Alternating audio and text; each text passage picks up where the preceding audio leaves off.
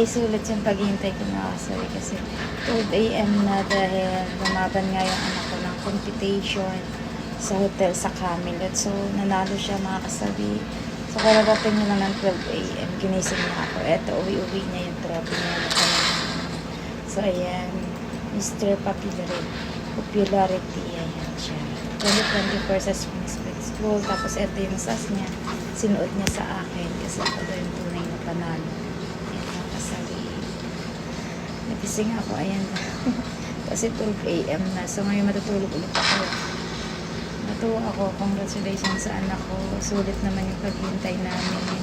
At sulit yung pinaghirapan niya na practice niya everyday. So, ayan mga anak.